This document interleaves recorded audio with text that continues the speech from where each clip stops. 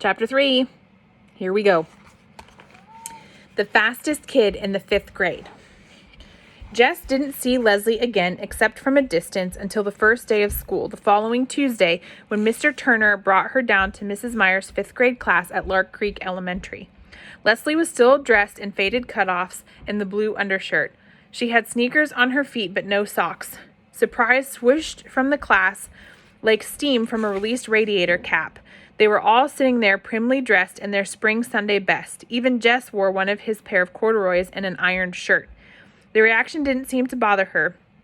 She stood there in front, her eyes saying, "Okay, friends, I'm here," in answer to their open-mouthed stares, while Mrs. Myers fluttered about trying to figure out where to put the extra desk. The room was the small basement one. 5 rows of 6 desks already filled it more than comfortably. 31, Mrs. Myers kept mumbling over her double chin. 31. No one else has to teach more than 29. She finally decided to put the desk against the side wall near the front. "Just there for now, Leslie. It's best we can do for now. This is a very crowded classroom." She swung a pointed glance at Mr. Turner's retreating form.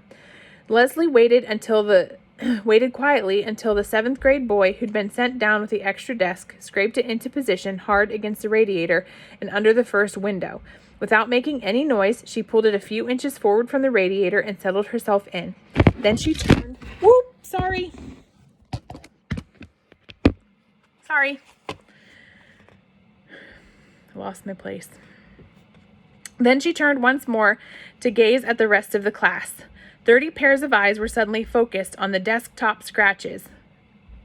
Jess ran her finger over the heart with 2 pairs of initials, BR plus SK, trying to figure out whose desk he had inherited. Probably Sally Coke's. Girls did more of the heart stuff in 5th grade than boys. Besides, BR must be Billy Rudd, and Billy was known to favor Myrna Hauser last spring. Of course, these initials might have been here longer than that, in which case, Jesse Aarons, Bobby Greggs, pass out the arithmetic books, please. On the last word, Mrs. Myers flashed her famous first day of school smile. It was said in upper grades that Mrs. Myers had never been seen to smile except on the first day and the last day of school.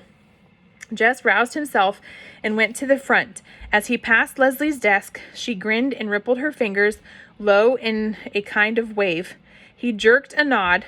He couldn't help feeling sorry for her. It must be embarrassing to sit in front when you find yourself dressed funny on the first day of school and you don't know anybody. He slapped the books down as Mrs. Myers directed. Gary Fulcher grabbed his arm as he went by. "Gonna run today?" Jess nodded. Gary smirked. "He thinks he can beat me, the dumbhead." At the thought, something jiggled inside Jess. He knew he was better than he had been last spring. Fulcher might think he was going to be the best, now that Wayne Pettis was in 6th grade, but he, Jesse, planned to give old Fulcher a little surprise come noon. It was as though he had swallowed grasshoppers. He could hardly wait. Mrs. Myers handed out books almost as though she were President of the United States, dragging the distribution process out in senseless signings and ceremonies. It occurred to Jess that she, too, wished to postpone regular school as long as possible. When it wasn't his turn to pass out books, Jess sneaked out a piece of notebook paper and drew. He was toying with the idea of doing a whole book of drawings. He ought to choose one chief character and do a story about it. He scribbled several animals and tried to think of a name. A good title that could get him started. The Haunted Hippo? He liked the ring of it. Herbie the Haunted Hippo. Even better. The Case of the Crooked Crocodile. Not bad. "What you drawing?" Fulcher was leaning way over his desk. Jess covered his page with his arm. "Nothing." "Aw, come on, let me see." Jess shook his head. Gary reached down and tried to pull Jess's hand away from the paper. "Case of the Crooked—" "Come on, Jess," he whispered hoarsely. "I ain't gonna hurt nothing." And he yanked on Jess's thumb. Jess put both arms over his paper and brought his sneaker heel crashing down on Gary Fulcher's toe. Yow! "Boys." Mrs. Myers' face had lost its lemon pie smile. "He stomped my toe." "Take your seat, Gary." "But sit down." "Jess Aarons, one more peep from your direction and you can spend recess in here copying the dictionary." Jess's face was burning hot. He slid the notebook paper back under his desktop and put his head down. "A whole year of this. 8 more years of this. He wasn't sure he could stand it. The children ate lunch at their desks. The county had been promising Lark Creek a lunchroom for 20 years, but there never seemed to be enough money. Jess had been so careful not to lose his recess time that even now he chewed his bologna sandwich with his lips tight shut and his eyes on the initialed heart. Around him, conversations buzzed.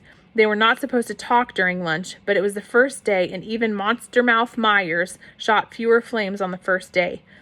She's eating clabber. 2 seats up from where he sat, Mary Lou Peoples was at work being the second snottiest girl in the 5th grade. Yogurt, stupid. Don't you watch TV? This from Wanda K. Moore, the snottiest, who sat immediately in front of Jess. Yuck. Lord, why couldn't they leave people in peace? Why shouldn't Leslie Burke eat anything she darn pleased? He forgot that he was trying to eat carefully and took a loud slurp of milk.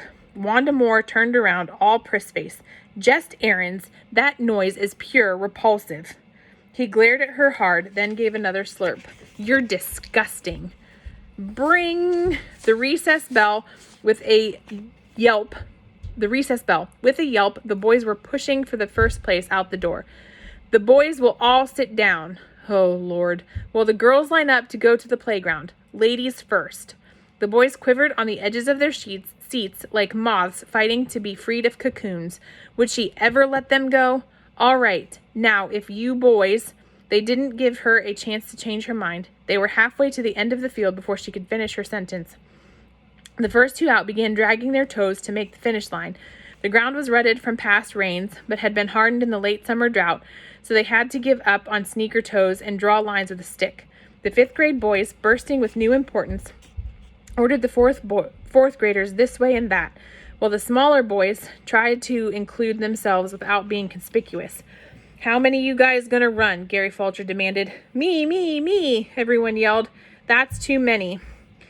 No 1st or 2nd or 3rd graders, except maybe the Butcher cousins and Timmy Vaughn. The rest of you will just be in the way. Shoulders sagged, but the boys backed away obediently. Okay, that leaves 26, 27, stand still, 28. You got 28, Greg? Fulcher asked Greg Williams in his shadow. Right, 28. Okay, now, we'll have eliminations like always. Count off by 4s. Then we'll run the 1s together, then the 2s. We know. Everyone is impatient with Gary, who was trying for all the world to sound like this year's Wayne Pettis. Jess was a 4, which suited him well enough. He was impatient to run, but he really didn't mind having a chance to see how the others were doing since the spring. Fulcher was a 1, of course, having started everything with himself. Jess grinned at Fulcher's back and stuck his hands in his pockets of his corduroys, wriggling his right forefinger through the hole. Gary won the first heat easily and had plenty of breath left to boss the organizing of the second. A few of the younger boys drifted off to play King of the Mountain on the slope between the upper and lower fields. Out of the corner of his eye, Jess saw someone coming down the upper field. He turned back and pretended to concentrate on Fulcher's high-pitched commands. Hi! Leslie Burke had come up behind him. He was shifted slightly away. Humph. Are you running? Later. Maybe if he didn't look at her, she would go back to the upper field where she belonged. Gary told Earl Watson to bang the start. Jesse watched. Nobody with much speed in that crowd. He kept his eyes on the shirt tails and bent backs. A fight broke out at the finish line between Jimmy Mitchell and Clyde Deal. Everyone rushed to see. Jesse was aware that Leslie Burke stayed at his elbow, but he was careful not to look her way. Clyde. Gary Fulcher made his declaration. It was Clyde. It was a tie, Fulcher, a 4th grader protested. I was standing right there.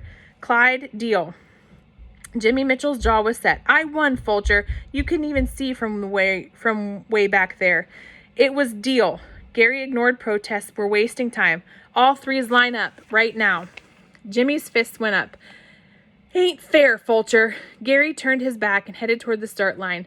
Oh, let 'em both run in the finals. What's it gonna hurt? Jess said loudly. Gary stopped walking and wheeled to face him. Fulcher glared first at Jess, then at Leslie Burke. Next thing, he said, voice dipping with sarcasm, next thing you're going to want to let some girl run. Jess's face went hot. Sure, he said recklessly. Why not? He turned deliberately toward Leslie. Want to run? He asked. Sure, she was grinning. Why not? You ain't scared to let a girl race you, Fulcher. For a minute, he thought Gary was going to sock him, and he stiffened. He mustn't let Fulcher suspect that he was scared of a little belt in his mouth.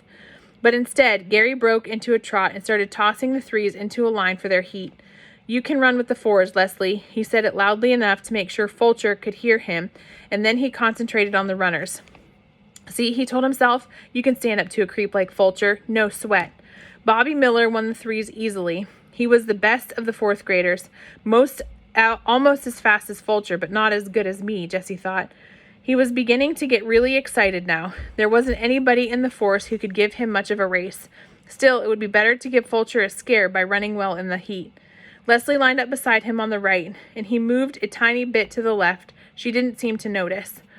At the bang, Jess shot forward. It felt good, even the ground against the bottom of his worn sneakers. He was pumping good. He could almost smell Gary Fulcher's surprise at his improvement. The crowd was noisier than they'd been during the other heats. Maybe they were all noticing. He wanted to look back and see where the others were, but he resisted the temptation. He would seem conceited to look back. He concentrated on the line ahead. He was nearing with every step. "Oh, Miss Bessie, if you could see me now." He felt it before he saw it. Someone was moving up. He automatically pumped harder. When the shape was there in his sideways vision, then suddenly pulling him ahead, he forced himself now. His breath was choking him. The sweat was in his eyes, but he saw the figure anyhow, the faded cutoffs crossing the line a full 3 feet ahead of him. Leslie turned to face him with a wide smile on her tanned face. He stumbled and without a word, began half walking, half trotting over to the starting line. This was the day he was going to be a champion, the best runner in the 4th and 5th grades, and he hadn't even won his heat. There was no cheering at the other end of the field. The rest of the boys seemed as stunned as